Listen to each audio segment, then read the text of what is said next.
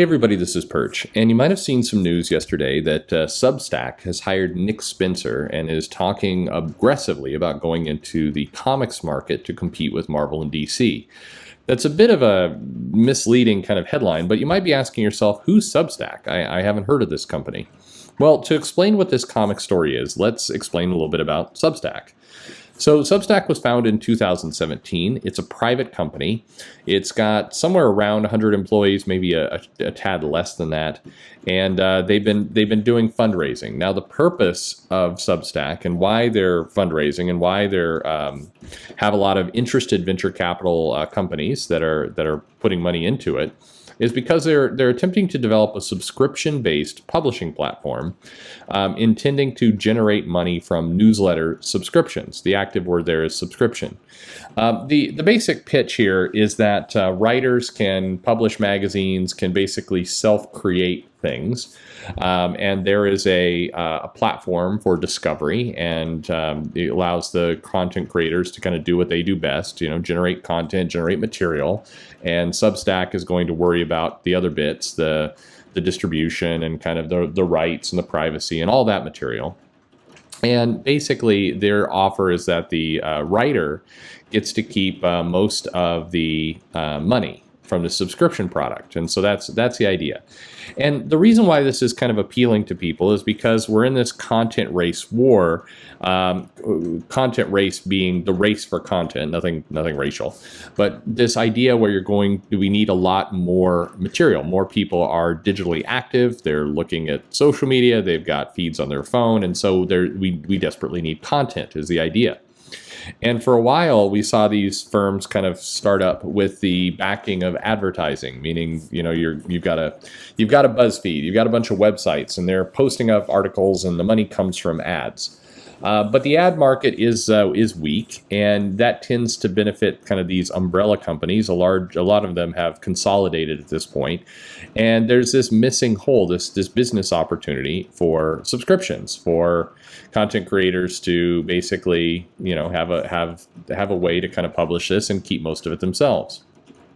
So their financing rounds, they raised a bit of seed money to get started in 2018, a little bit more in 2019, and then earlier this year in 2021, they raised a much larger round, and that's more or less kind of how they're funded. So it's, they've raised to date, a pretty healthy amount. Their last series funding in March of this year, they raised $65 million. And they're directly saying they're going to kind of target two forms. They're going to target kind of this Facebook, Instagram, kind of play in that space, but with money and try and generate content creators. And they also want to, what they're saying, fill a missing hole in terms of how media is both created and produced. Now, that's a lot of boring stuff. So how does this relate to comics?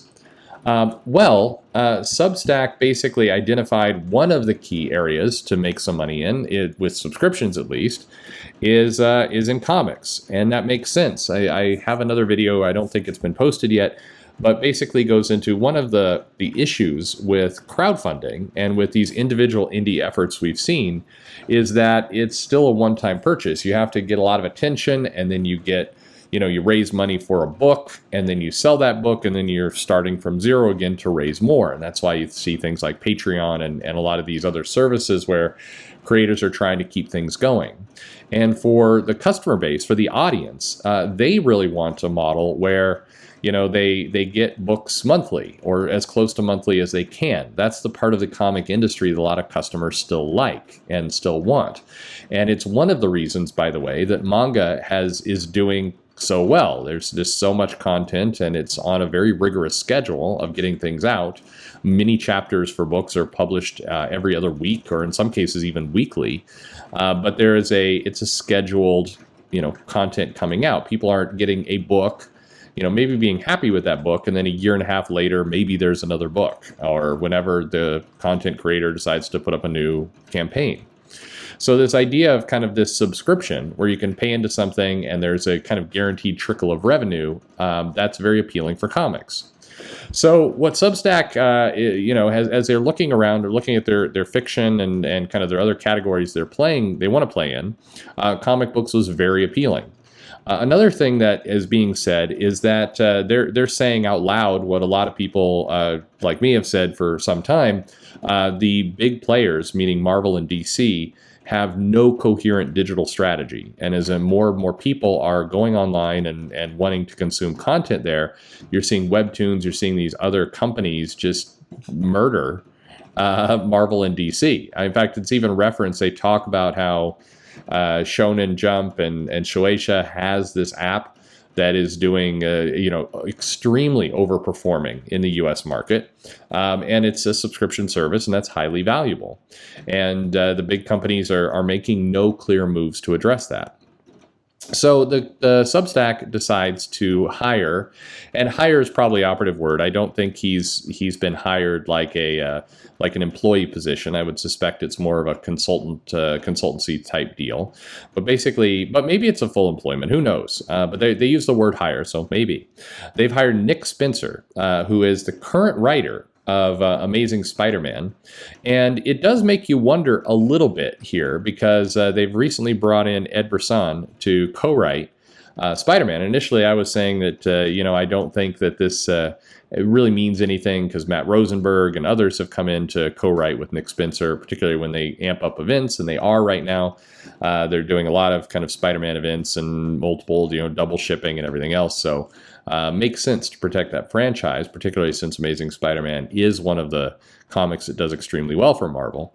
But now, I do, the back of my mind, do wonder a little bit, because Substack has hired Nick Spencer, and specifically, what they have hired him to do is to be an emissary, basically, into comics, to find writers, find creators, to offer them advanced payment deals, or what they're calling Substack Pro, where basically writers are able to get some money up front, and they then take the majority of the subscription revenue during the first year. This is what in the business they call a recoupable.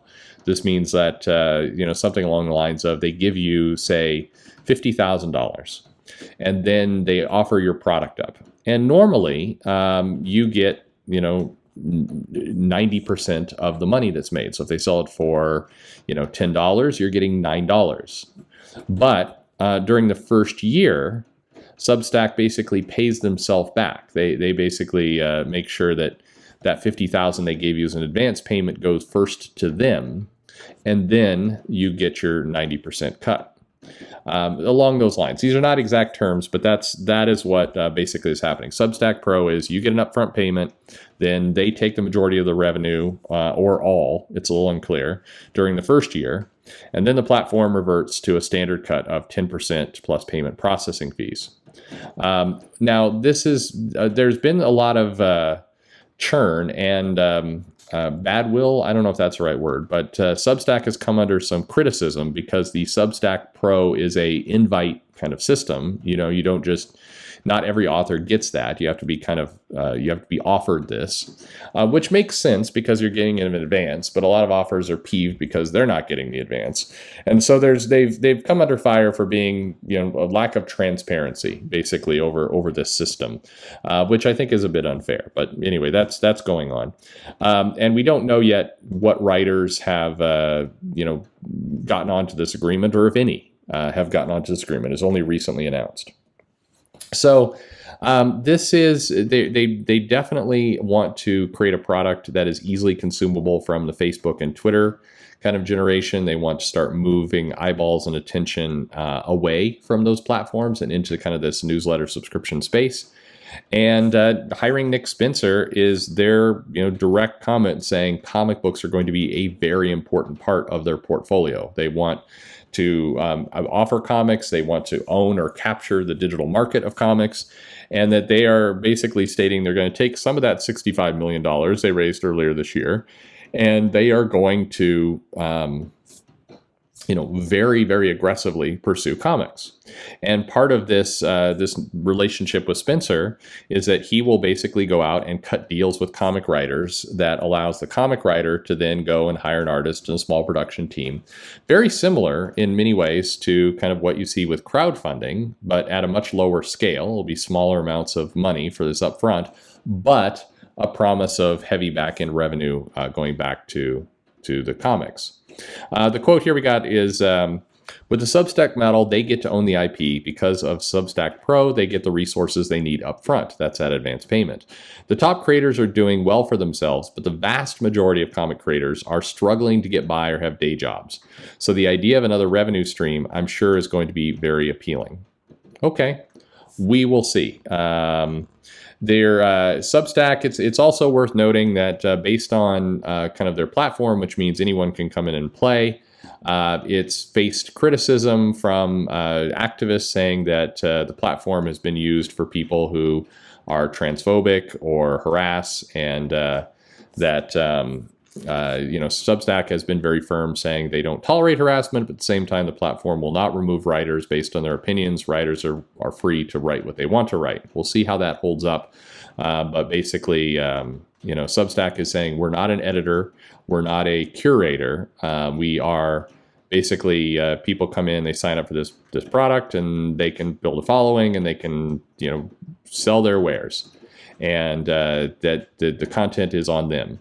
So as you can imagine, there's a number of attempts to kind of deplatform people who have jobs there and who are offering products, and a lot of heat similar that we've seen to Kickstarter and Patreon and other things. And definitely that's going to be a factor to watch as people take aim, saying, we can't have just anybody being allowed to use this platform. And so we'll see how that holds up. But relatively big news in terms of Nick Spencer is going to kind of go handpick some creators and encourage them to come join this model. And they are correct in that the vast majority of creators are paid nothing and making nothing, including people who have high profile books at Marvel and DC. Their funds are extremely low. So is this a way to help break that? We will see. But that's what Substack is. That's what Nick Spencer's up to. And what do you think about all this?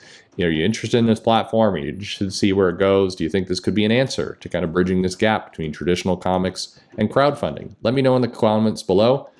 And thanks for listening.